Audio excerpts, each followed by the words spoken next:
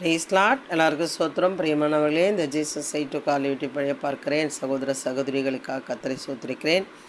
இன்றைக்கு ஒரு அறிவு குறித்து நம்ம பார்க்க போகிறோம். அறிவு நம்ம நினைக்கலாம், நமக்கு ஆண்டவர் மூளையில் நல்ல தலையில் ஒரு மூளையை செட் பண்ணியிருக்காரு, நமக்கு 6 அறிவு இருக்குது, அதனால் நம்மளால் எல்லாமே கண்டுபிடிச்சிட முடியும், எல்லாத்தையும் சாதிச்ச முடியும் அப்படின்னு நம்ம என்ன பண்ணிட முடியாதுன்னா நினைக்க கூட முடியாது. பிரியமானவர்களே, சில பேருக்கு இந்த அறிவு அபரீதமாக இருக்கும்.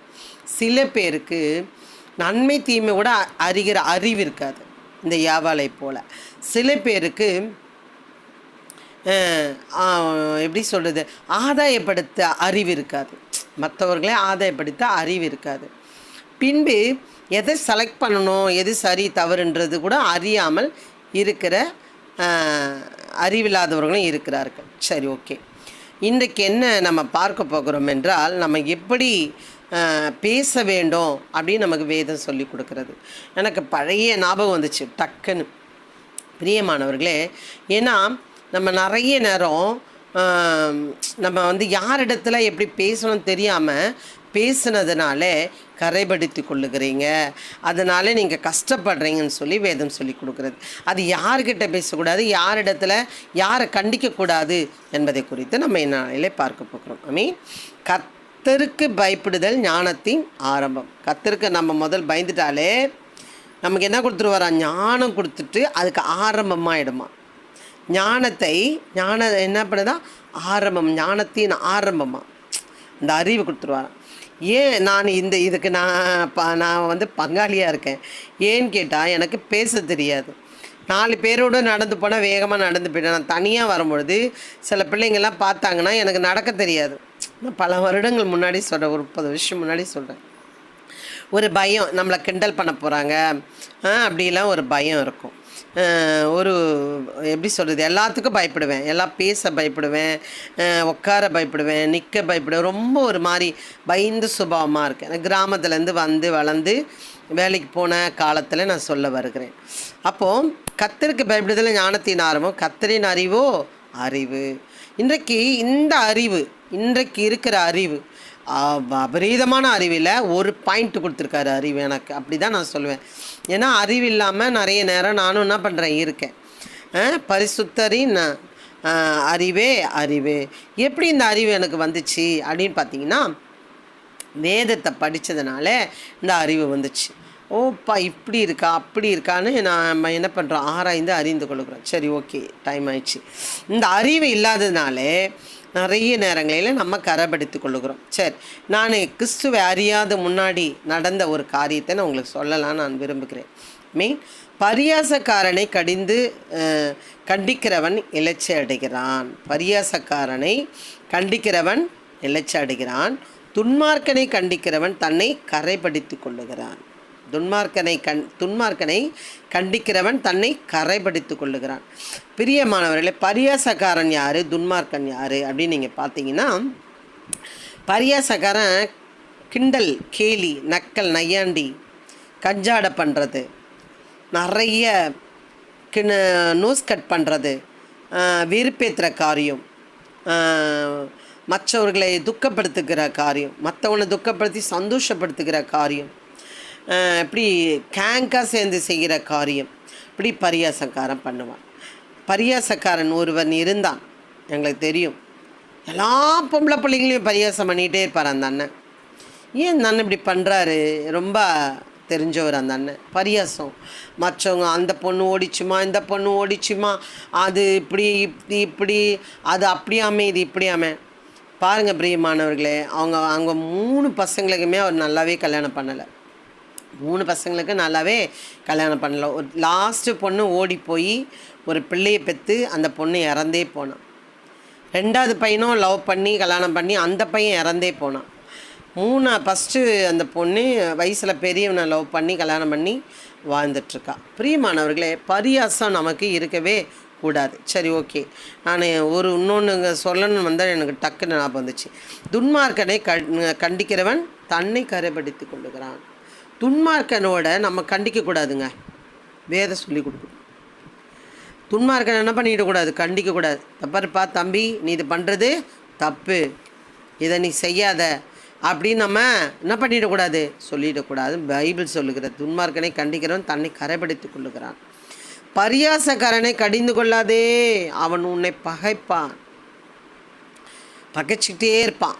நம்ம வீட்டில் இப்படி நடந்துச்சு, அவன் வீட்டில் நடக்கலையே, அவன் வீட்டில் இதெல்லாம் நடக்கலையே அப்படின்னு என்ன பண்ணுவான், நினச்சிக்கிட்டே இருப்பான். அவன் தான் பரியாசக்காரன். கடிந்து கொள்ளாதே, அவன் உன்னை பகைப்பான். ஞானம் உள்ளவனை கடிந்து கொள்ள, அவன் உன்னை நேசிப்பான். ஞானமுள்ளவனுக்கு போதகம் பண்ணு, அவன் ஞானத்தில் தேறுவான். புத்திமானுக்கு உபதேசம் பண்ணு, அவன் அறிவில் விருத்தி அடைவான். இதெல்லாம் யாருக்கு பேசணும் யாருக்கு பேசக்கூடாது நம்ம தெரிஞ்சுக்கிட்டோம். சரி, ஓகே. ஒரு சாட்சி நான் சொல்ல வருகிறேன். பிரியமானவர்களே, நான் ஒரு 20 வருஷம் முன்னாடி ஒரு கம்பெனியில் வேலை பார்த்தேன். என் பையன் 3 வயசு, நான் இப்போ சேரும்போது 3-4 வயசு இருக்கும். அந்த கம்பெனியில் நான் போய் பார்க்கும்போது என் ஃப்ரெண்டு இருக்கா. அவள் 5 வருஷமாக ஒரு கம்பெனியில் ஒர்க் பண்ண. நாங்கள் ஒரு 17, 18, 19, 20, 21 வரைக்கும் ஃப்ரெண்ட்ஸு. நடுவில் ஒரு 5 வருஷம் கேப் நாங்கள் பார்க்கல. மறுபடியும் அவளை பார்க்குறேன். அவன் மூலியமா இன்னொரு ஃப்ரெண்ட்ஸ், நாங்கள் 3 பேரும் ஒன்றாயிட்டோம். ஒன்றாயிட்டு பல வருஷம் நாங்கள் அதில் 5 வருஷம் நான் ஒர்க் பண்ணேன். ஒரு 3 வருஷம் 4 வருஷம் அப்படி பார்க்குறாங்க. 3ம் பிரிய மாட்டேங்குதுன்னு எங்களுக்கு வச்ச பேர் என்னன்னு பார்த்தீங்கன்னா முப்பெரும் தேவியர். செக்யூரிட்டியிலேருந்து, கியூசி செக்கர்லேருந்து,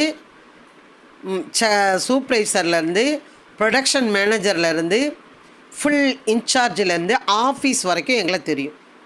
ஏன்னா 4-5 வருஷமாக இருந்ததுனால எங்களை தெரியும். நாங்கள் எப்படி தனியாக எங்கன்னா நாங்கள் பாத்ரூம் அங்கே இங்கே ஆஃபீஸ்க்கு வந்தோம்னா எங்கே ஒரு தேவி தான் இருக்குது, இன்னும் மற்ற 2 தேவி எங்கே அப்படின்னு கேட்பாங்க. எங்களை பார்த்து கேட்பாங்க. அந்த ஆஃபீஸில் கேட்பாங்க, செக்யூரிட்டி கேட்பாங்க, மேனேஜர் கேட்பார், ப்ரொடக்ஷன் மேனேஜர் கேட்பார், சூப்பர்வைசர் கேட்பார். இப்படி ஏன்னா இணைந்தே இருப்போம். எப்போ இணைந்து இருப்போம்னா லன்ச்சு டைமு, டீ டைமு, வெளியே போகும்போது நாங்கள் பஸ் ஏறுறதுக்கு முன்னாடி 3 பேர் செம்ம காமெடி பண்ணுவான். என் ஃப்ரெண்டு நல்லா காமெடி பண்ணுவான். அந்த காமெடி கேட்டுட்டு மேலே ஏறுவோம். இப்போ டிரைவர் ஏறும்போது ஓடி போய் ஏறுவோம். அப்படி தான் நாங்கள் அந்த கம்பெனியில் வாழ்ந்தோம். அப்போது ஒரு நாள் என்ன பண்ணார், ஒரு ப்ரொடக்ஷன் மேனேஜர் வந்து என் ஃப்ரெண்டுக்கிட்ட வந்து பேசுகிறார். ஏம்மா 3 பேர் என்ன தான் பேசுவீங்க, கூடி 3 பேருமே இருக்கீங்க, மற்ற யாரோட பழக மாட்டேறீங்க, இதில் வேறு போராமப்படுங்க மற்ற கேஸும், இன்னும் எங்களெல்லாம் சேர்த்துக்க மாட்டிங்களா, 3 பேர் தான் இருப்பீங்களா அப்படின்னு சொல்லி இப்படி நிறைய காரியம் நடக்கும். அப்போது அவர் வந்து என்ன பண்ணார், 3 பேர் என்னம்மா ஒன்றாவே இருக்கீங்க, என்ன தான் பேசுவீங்க அப்படின்னு கேட்டோன்னா அவன் என்ன பண்ணிட்டா, உங்களுக்கு என்ன பிரச்சனை, நாங்கள் 3 பேர் இருந்தால் உங்களுக்கு என்ன பிரச்சனை, உங்களுக்கு என்ன அதனால் என்ன இப்போன்னு கேட்டுட்டா. இந்த ஒரு வார்த்தை தாங்க, உங்களுக்கு என்ன பிரச்சனை, அதனால் உங்களுக்கு என்ன வந்துச்சின்னு கேட்டுட்டான். அவ்வளோதான் வச்சாரு பாருங்கள் அந்த ஆளுக்காரம். வச்சு மேலே போய் மேனேஜர்கிட்ட போய் பேசி, ப்ரொடக்ஷன் ஃபுல் இன்சார்ஜிட்ட பேசி, அவர் என்ன சொன்னாரோ ஏது சொன்னாரோ தெரியாது, எங்களை ஃபுல்லாக பிரிச்சுட்டாங்க பாருங்கள் பிரியமானவர்களே. அவன் யாராக இருக்கானா, துன்மார்க்கனாக இருக்கிறான். அவனோட நம்ம கவனமாக இருக்கணும். இதெல்லாம் நம்ம நிறைய கற்றுக்கொள்கிறோம், ஆனால் மறந்து போகிறோம். என்ன பண்ணார், எனக்கு 12:30 மணி லஞ்ச், இன்னொருத்திக்கு 1 மணி லஞ்ச், இன்னொருத்திக்கு 1:30 மணி லஞ்ச். 3 பேரை பார்த்துக்க முடியல. அங்கேருந்து இப்படி பார்த்து செய்ய பண்ணிட்டு நாங்கள் பயப்படுற நிலைமைக்கு வந்துட்டோம். அவர் எதிர்க்க நாங்கள் பேச முடியாத ஒரு பயப்படுற நிலைமைக்கு வந்துட்டோம். அப்போ நாங்கள் பாய் சொல்லிட்டு அப்படியே போயிடுறது, அவள் வரும்போது பாய் சொல்லிட்டு அப்படி போயிடுறது. அவ்வளோதான். என்ன சாப்பிட்டேன் ஃபுல்லாக உட்காந்து சாப்பிட ஷேர் பண்ணிக்க முடியல, இப்படி ஆயிடுச்சு. அப்போது ஒரு வாரம் கழித்து வந்து சொல்கிறாரு என் ஃப்ரெண்டுக்கிட்ட, பார்த்தியா 3 பேர் என்ன பண்ணேன் பிரிச்சுட்டேன் பார்த்தியா அப்படின்னு சொல்லி. அப்போ அவன் யாராக இருக்கிறான்னா, துன்மார்க்கனாக இருக்கிறான், பரியாசக்காரனாக இருக்கிறான். பிரியமானவர்களை வேதம் எவ்வளோ அழகாக நமக்கு சொல்லி கொடுக்குதில்ல. அப்போ பாருங்கள், ஓகே, இதில் ஒரு சந்தோஷம், அவங்களுக்கு ரொம்ப சாதனை தான் அப்படின்னு சொல்லிட்டு நாங்கள் வந்துட்டோம். லாஸ்ட் லன்ச்சு இது சாயங்காலம்தான் நாங்கள் பஸ் ஏறும்பொழுது தான் ஒரு 10 நிமிஷம் பேசுவோம். அதுக்கப்புறம் வண்டி பஸ்ஸில் ஏறுவோம். டிரைவரை வரும்போது பின்னாடி நாங்கள் ஏறுவோம். பிரியமானவர்களை எவ்வளோ பாருங்கள், சேர்ந்து இருக்கிறதுல அவ்வளோ, பிரிக்கிறதுல அவ்வளோ சந்தோஷம் அவருக்கு நாங்கள் ஒன்றுமே பண்ணல, நாங்கள் எதுவுமே பேசலை. இந்த ஒரு வார்த்தை அவனால், அந்த ஆளால் என்ன பண்ண முடியல, தாங்கிக்க முடியல. அவர் பேர் சேகர். பிரியமானவர்கள், அதுக்கப்புறம் நான் 5 வருஷம் கழிச்சு நான் வெளியே வந்துட்டேன்.